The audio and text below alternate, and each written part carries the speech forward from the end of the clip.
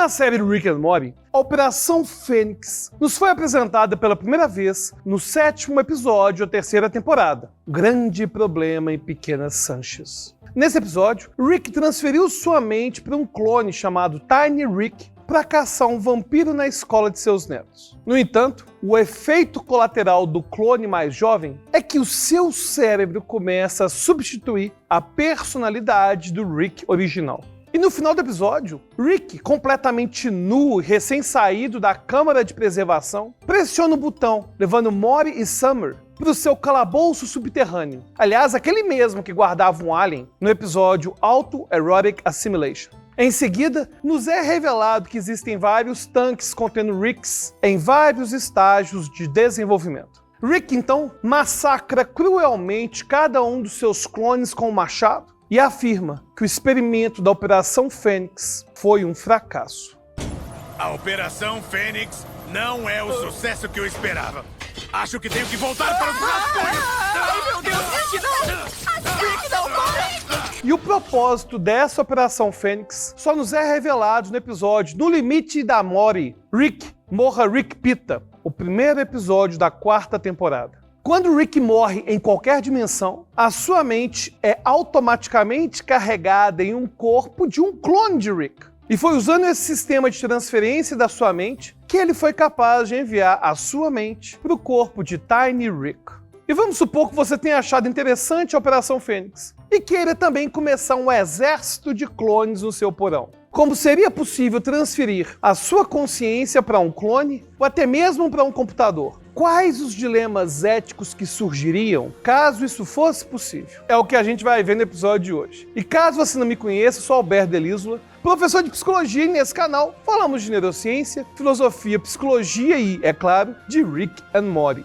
Então, se você gosta desse tipo de vídeo, depois você pode ir lá nas nossas playlists assistir uma playlist especial só com a análise de Rick and Morty. Já tem vários lá para você maratonar. Mas voltando à Operação Fênix, ela nos traz um questionamento filosófico muito importante. Será que seria possível vivermos para sempre? Bom, biologicamente, nós sabemos que temos uma série de limitações, já que, quanto mais envelhecemos, as células que compõem nossos corpos perdem a capacidade de se reparar, que acaba nos deixando vulneráveis. Mas e se não precisássemos dos nossos corpos para vivermos para sempre? Seria possível baixar nossa mente e colocá-la dentro de um computador para nos livrarmos de todas essas limitações biológicas? Na Operação Fênix, Rick transfere a sua mente para uma máquina. E caso ele morra, esse conteúdo é imediatamente transferido para um de seus clones. Quando falamos em transferir a mente humana para uma máquina, o que exatamente estamos querendo dizer? A ideia é que existem processos internos que constituem toda a nossa experiência, como nossas memórias, percepção, tomada de decisões, linguagens e capacidades afins.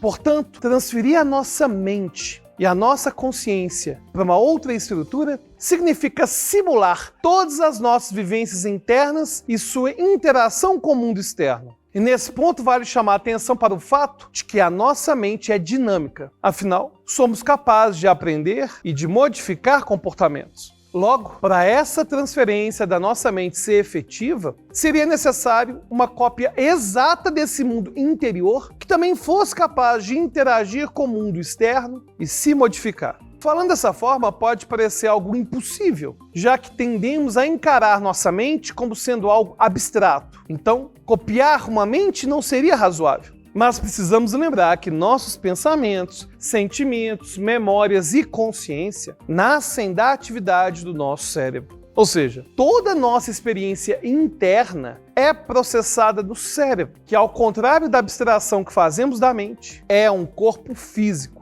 Portanto, pensar na simulação de um cérebro capaz de gerar a mente humana torna essa ambição mais palpável, ao menos teoricamente. Bastaria sermos capazes de extrair esse software. O problema é que extrair esse software e fazer o seu upload não é fácil, afinal, o cérebro não é um órgão simples. Muito pelo contrário, ele é composto por vários tipos de neurônios, totalizando 86 bilhões de neurônios, sendo que cada um forma uma média de 1000 conexões com outros neurônios, o que resulta em algo em torno de 86 trilhões de conexões. Isso sem falar de outros tipos de células, substâncias químicas e da interação que toda essa maquinaria realiza com o resto do nosso corpo. Mas ignorando toda essa complexidade por um minuto, para termos nossa própria Operação Fênix, nós precisaríamos, no mínimo, de 3 coisas. Primeiro, de escanear e arquivar toda a estrutura do nosso cérebro. Segundo, de recriar toda essa estrutura em outro local, uma máquina que vai guardar esse backup. E terceiro, vamos precisar de criar clones para futuramente aplicarmos todo esse backup da nossa mente. As questões técnicas e éticas envolvendo criarmos nossos próprios clones já foram discutidas aqui no canal em outro vídeo chamado Rick e Morty e os impactos da clonagem humana. Então, nesse vídeo, vamos focar nas 2 primeiras etapas. A primeira, de escanear e arquivar toda a estrutura do nosso cérebro. E a segunda, de recriar toda essa estrutura em outro local, uma máquina para guardar todo esse backup. Vamos começar falando do primeiro passo. Alguns neurocientistas usam a analogia do cérebro como um tipo de computador. E partindo desse pressuposto, o passo lógico seguinte seria mapear os componentes do computador para reproduzi-lo. Um defensor dessa ideia é o neurocientista Kenneth Hayworth, presidente e cofundador da Brain Preservation Foundation. Em tradução livre, Fundação de Preservação do Cérebro. Fala a verdade, parece que a gente está vivendo um episódio de Rick and Morty. E um dos seus trabalhos é tentar desenvolver uma maneira de melhorar o imagiamento de volumes de tecidos cerebrais. E de fato, seria ótimo se existisse algum tipo de exame por meio do qual fossem captadas todas as células, substâncias químicas e conexões do nosso cérebro. Mas o que a realidade mostra é que a gente não está nada perto disso. Vejamos o caso do pesquisador Anders Sandberg, do Instituto Futuro da Humanidade, da Universidade de Oxford. Ele trabalha no projeto de mapeamento cerebral e afirma que um dos objetivos desse projeto é criar uma cópia do cérebro original. Mas ele mesmo admite que os métodos que temos hoje são invasivos e que não há atualmente uma forma de escanear detalhadamente o cérebro sem destruí-lo. E ele inclusive duvida que um dia vai ser possível fazermos isso. Para citar um exemplo de como que o mapeamento pode ser feito atualmente, em 2015, um grupo de pesquisa da Universidade de Harvard, liderado pelo pesquisador Jeff Lichtman, publicou a reconstituição digital em 3D de uma fração do cérebro de um rato. Foi a primeira vez que uma parte da camada do cérebro, chamada de neocórtex, foi mapeada completamente no mamífero. E para isso, eles levaram 6 anos. Bom, com esse tempo todo, para ter uma única imagem em 3D, talvez você esteja pensando que eles tenham mapeado 1/3 ou até mesmo metade do cérebro do rato. Mas na verdade, eles mapearam só 1,5 milímetro cúbico. Isso mesmo, 6 anos para a constituição digital de um tecido menor que uma gota. Tá, mas por que levou tanto tempo assim? Porque foi um trabalho em várias etapas. Primeiro, eles fatiaram o tecido em milhares de partes. Depois, esses fragmentos foram fotografados por um poderoso microscópio eletrônico, capaz de capturar até mesmo minúsculas substâncias químicas, como os neurotransmissores. E o resultado foi que esse único pedaço de 1,5 milímetro cúbico continha fragmentos de mais de 1.600 neurônios e outras células cerebrais, além de aproximadamente 1.700 sinapses, que são as conexões entre os neurônios. Tá, beleza, mas e quanto a pesquisas com humanos? Já temos alguma coisa? Tá ansioso, né, para fazer a sua Operação Fênix? Bom, na verdade, temos sim. Em 2021, o ano anterior a esse que eu tô gravando o vídeo, cientistas do Google e da Universidade de Harvard fizeram algo muito parecido com a pesquisa anterior, mas com parte de um cérebro humano, e se tornou um mapa mais detalhado de conexões cerebrais já feito. O pedaço de tecido utilizado foi de apenas 1 milímetro cúbico e foi obtido de amostras de um hospital de Boston, já que pedaços do córtex cerebral podem ser removidos em alguns procedimentos cirúrgicos. O método utilizado foi muito parecido com o anterior. Eles cortaram o tecido em aproximadamente 5.300 pedaços de 30 nanômetros, que foram fotografados num microscópio eletrônico muito preciso. Os 5.300 pedaços geraram 225 milhões de imagens 2D individuais, que foram alinhadas e agrupadas digitalmente para formar uma única representação em 3D. Foram catalogadas dezenas de milhares de neurônios, milhões de fragmentos dessas células, 130 milhões de sinapses e várias outras células e estruturas. E se você tem interesse em ver o resultado em 3D, vamos deixar aqui abaixo do vídeo o link para o mapa das estruturas, que você vai poder acessar gratuitamente. Mas pensa bem, o mapeamento de 1 milímetro cúbico do tecido do cérebro humano levou 4 anos e catalogou algumas dezenas de milhares de neurônios e milhões de fragmentos. Imagina o trabalho que seria para mapear o cérebro de um adulto médio com cerca de 86 bilhões de neurônios e 1.250 centímetros cúbicos. Mesmo o neurocientista Kenneth Hayworth, que citamos anteriormente, acredita que com a tecnologia que temos hoje, seria impossível mapear um cérebro humano perfeito em todas suas células e conexões. Mas, obviamente, isso não impede os pesquisadores de continuarem os estudos e tentarem avançar a partir do que temos. Por exemplo, o projeto US Brain tenta registrar a atividade de milhões de neurônios, e o projeto EU Brain, na Europa, tenta construir modelos capazes de simular essa atividade. Obter o total conhecimento da estrutura e da atividade do cérebro é apenas o primeiro desafio, já que, além de um modelo digital perfeito desse órgão, precisaríamos também de uma máquina para reproduzi-lo. Ou seja, voltando lá, a Operação Fênix. Não basta a gente ser capaz de pegar todo o cérebro do Rick e armazenar seus dados. A gente vai precisar de uma máquina especial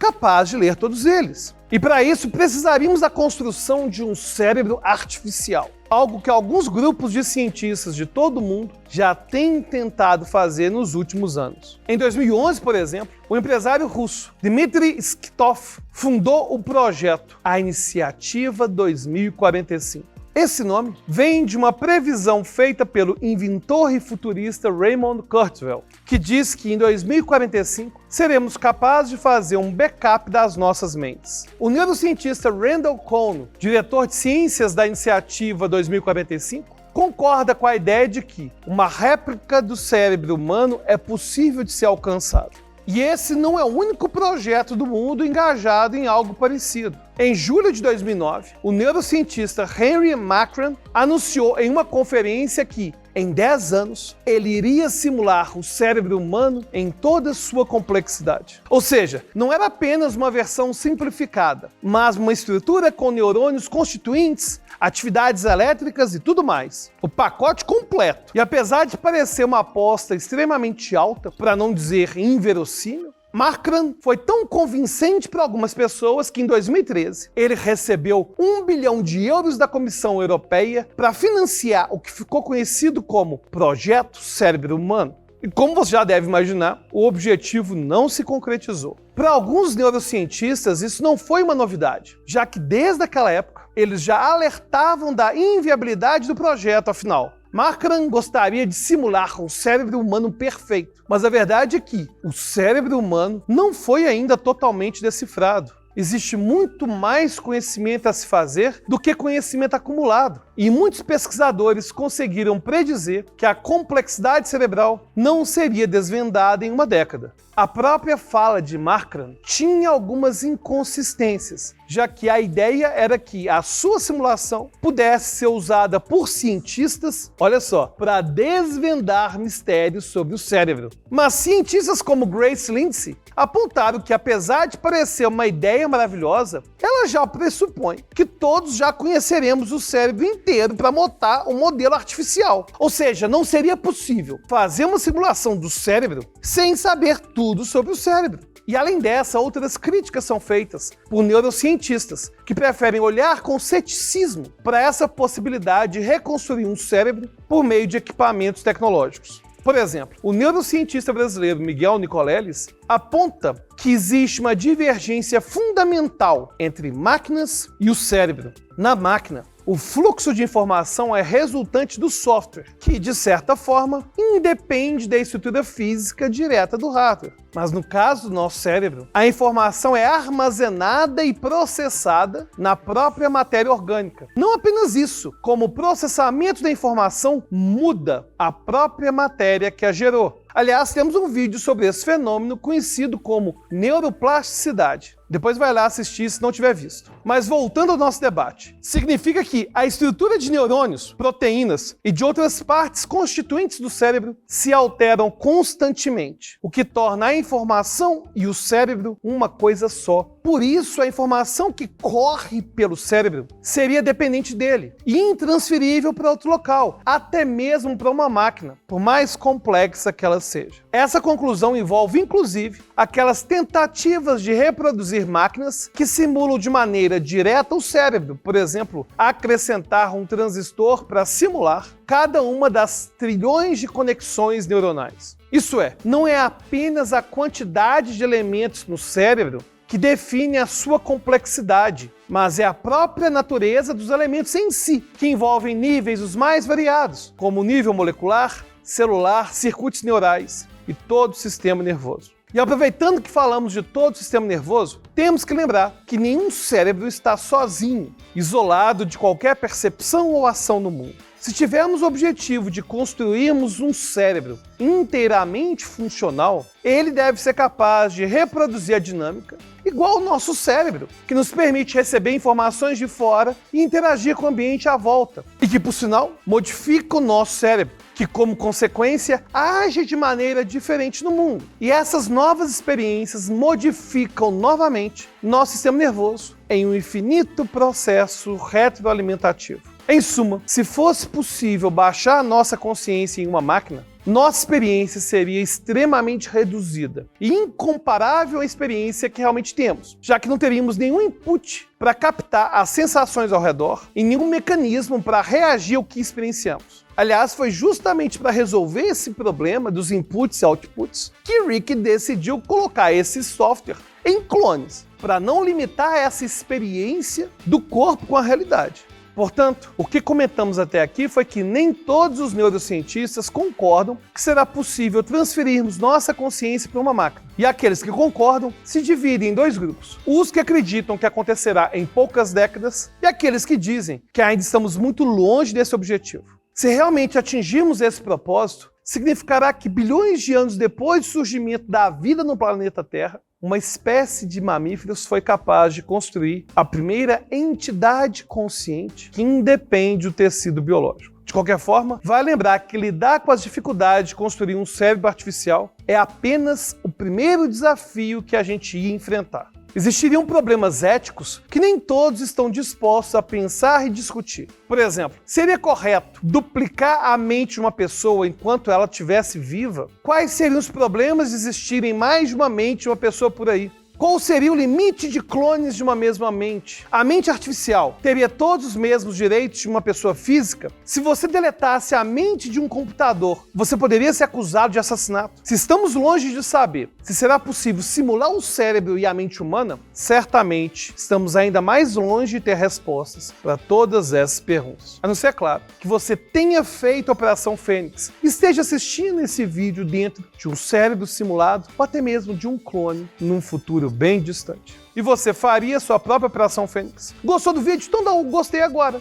Não custa nada. Dá o gostei. Se você quiser debater esse vídeo diretamente comigo, é só se tornar um apoiador e entrar lá no grupo de apoiadores do Telegram. Até a próxima.